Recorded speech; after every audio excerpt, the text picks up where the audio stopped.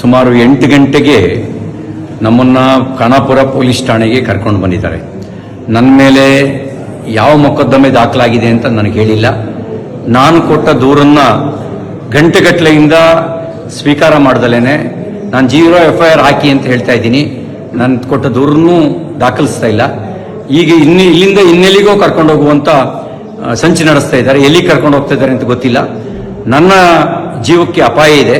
ನನ್ನ ಜೀವಕ್ಕೆ ಏನಾದರೂ ಅಪಾಯ ಆದರೆ ಅದಕ್ಕೆ ಕಾರಣ ಇಲ್ಲಿರುವ ಕಾಂಗ್ರೆಸ್ ಸರ್ಕಾರ. ಅವ್ರ ಜವಾಬ್ದಾರಿ ಹೊತ್ಕೋಬೇಕಾಗತ್ತೆ. ನನ್ನ ವಿರುದ್ಧ ಸುಳ್ಳು ಸುದ್ದಿ ಹಬ್ಬಿಸಿ ಸುಳ್ಳು ಕಂಪ್ಲೇಂಟ್ ಕೊಟ್ಟು ನನ್ನನ್ನ ಕೊಲೆ ಮಾಡ್ತಕ್ಕಂಥ ಸಂಚು ನಡೆಸಿದ್ದಾರೆ. ಇದಕ್ಕೆ ಸಂಬಂಧಪಟ್ಟಂತೆ ನಾನು ಸಭಾಪತಿಗಳಿಗೂ ಈಗಾಗಲೇ ದೂರು ಕೊಟ್ಟಿದ್ದೀನಿ. ಹತ್ತತ್ರ 3:45 ಗಂಟೆ ಆಯಿತು. ನಾನು ಪೊಲೀಸ್ ಠಾಣೆಗೆ ಬಂದು ಏನ್ ದೂರಿದೆ ಅಂತಲೂ ಹೇಳಿಲ್ಲ, ನಮಗೆ ಏನ್ ಬೇಕು ಅಂತಲೂ ಕೇಳಿಲ್ಲ. ಹೀನಾಯವಾಗಿ ನಡೆಸ್ಕೊಳ್ಳೋ ಕೆಲಸ ಮಾಡ್ತಾ ಇದ್ದಾರೆ. ಮತ್ತು ಇಲ್ಲಿಂದ ಎಲ್ಲಿ ಕರ್ಕೊಂಡು ಹೋಗ್ತಾರೆ ಅನ್ನೋದು ಕೂಡ ನನಗೆ ಸ್ಪಷ್ಟತೆ ಇಲ್ಲ. ನನ್ನ ಜೀವಕ್ಕೆ ಏನಾದ್ರು ತೊಂದರೆ ಆದರೆ ಅದಕ್ಕೆ ಪೊಲೀಸರು ಮತ್ತು ಇಲ್ಲಿಯ ಸರ್ಕಾರ, ವಿಶೇಷವಾಗಿ ಲಕ್ಷ್ಮೀ ಹೆಬ್ಬಾಳ್ಕರ್, DK ಶಿವಕುಮಾರ್ ಅವ್ರ ತಂಡವೇ ಇದಕ್ಕೆ ಕಾರಣ ಆಗತ್ತೆ ಅನ್ನೋದನ್ನ ಈ ಮೂಲಕ ನಾನು ತಿಳಿಸೋದಕ್ಕೆ ಬಯಸ್ತಾ ಇದ್ದೀನಿ. ಎಲ್ಲವೂ ನಿಗೂಢವಾಗಿದೆ. ಯಾವುದೋ ಕ್ರಿಮಿನಲ್ಗಳನ್ನು ನಡೆಸ್ಕೊಳ್ಳೋ ರೀತಿಯಲ್ಲಿ ನಡೆಸ್ಕೊಳ್ತಾ ಇದ್ದಾರೆ.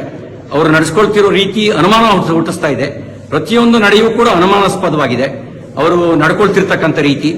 ನಾನೊಬ್ಬ ಜನಪ್ರತಿನಿಧಿಯಾಗಿ ಮಂತ್ರಿಯಾಗಿ ಕೆಲಸ ಮಾಡಿದವನು. ನಾನು ಕೊಟ್ಟ ದೂರಿಗೆ 0 FIR ರಿಜಿಸ್ಟರ್ ಮಾಡಿ ಅಂತ ಹೇಳಿದ್ರೆ ಮೀನಾಮೇಷ ಎಣಿಸ್ತಾ ಇದ್ದಾರೆ. ಇದೆಲ್ಲವೂ ಅವರು ತುರ್ತು ಪರಿಸ್ಥಿತಿಯ ಕಾಲಘಟ್ಟದಲ್ಲಿ ನಡ್ಕೊಳ್ಳೋ ರೀತಿಯಲ್ಲಿ ನಡ್ಕೊಳ್ತಾ ಇದ್ದಾರೆ.